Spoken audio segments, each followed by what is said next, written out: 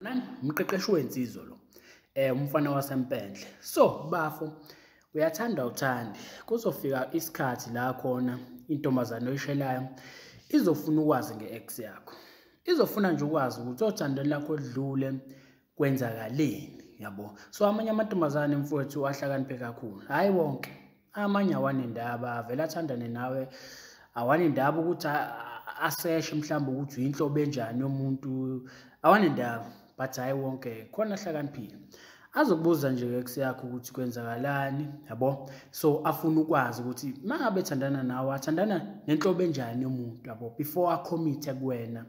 Umuntu onjani. So libalekile lo bhokisi ekumele ulithike uliphendule ngendlela, right? So ke awufuni ukuthi mangabe kubuza umuntu ngex yakho bese wena ubanjani, uba negative, yabo. Bese uthi leyo njalo noma lo mpu noma lo bani be-negative umkhulume kabi. So awufuni ukuba umuntu kanjalo ngoba the moment uba umuntu kanjalo yona intombazane lo ishela izobona ukuthi okay sho nami uyobe ngichaza kanje, yabo. So ke kumele uphendule ngendlela, kumele ube positive, yabo, ngoba ubalekela, yabona. Abekho abantu ababaluleke njengama-ex. Mina ngeke ngisho njalo, yabona ama-ex mfethu abantu abadinga ukubonga ngendlela eyisimanga, yabo mfethu. Ngiyakutshela ngaba ukho la ukhona ngaphandle kwe-ex yakho, yabo. Mhlambe waqala ibhizinisi yathi kushiya intombazane kwafika umqondo uqala ibhizinisi, yabo, ngenxa mhlambe yokuphuka emoyeni. Waqala ibhizinisi namhlanje udlondlobele konke lokho kubuhlungu kuphelile, yabo, ngenxa ye-ex yakho ukuba ayikushiyanga ngaba uqalanga lelo bhizinisi, yabo. So babaluleke kakhulu labantu. Mhlambe waqala ijim, mhlambe umuntu ongajimi ungenandaba nejim, yakushiya intombazane wabona ukuthi damn it kumele ngizinakekele, yabo.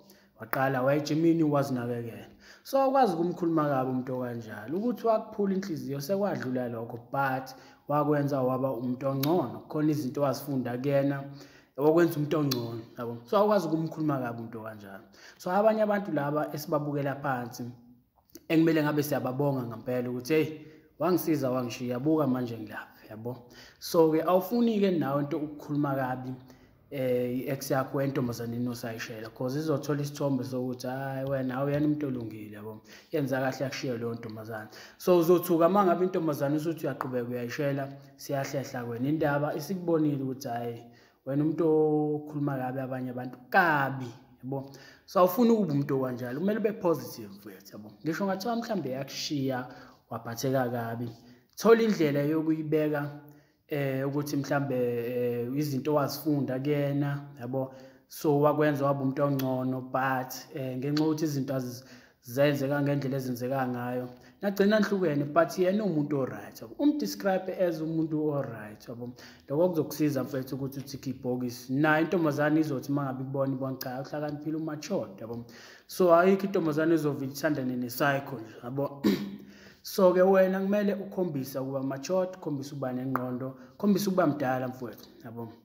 Ngoba iminyaka ayisho lutho, ungaba na-30 but uthola ukuthi ingqondo yakhe isabehevisa komuntu ona-13, yabo. So ke wena mhlawumbe mawukuthi una-20 mawumjida khombisa ukuba mdala, yabo, khombisa ukuba nengqondo. Lokho kokusiza kakhulu mfowethu ukuthi uphumelele uthandweni. So ngiyathemba mfowethu ukuthi yawuzwa lo mlayezo. Ungathi intombazane mayikubuza ngeex yakho bese uyichaza kabi ngenhliziyo, yabo. Cha, ichaze kahle mfowethu, ngapha ukho la ukhona ngaphandle kwe-ex yakho yakusiza, mhlawumbe wayejimini noma wenza into ethize ongeke uyenze ukuba izange kushiya. So yathi kushiya ingane yabantu waphatheka kabi kwaqhamuka i-idea ethize waba umuntu ongcono ngenxa ukuthi yakushiya ingane yabantu, yabo. So ke mfowethu mangabuzwa ke lo mlayezo engiwushoyo mfowethu, into encane ungayenza phela izandla ziyageza, ungasubscribe kule channel because mina nawe kusakuningi esimele sibonisane ngona siqhubeke sephambili, sure.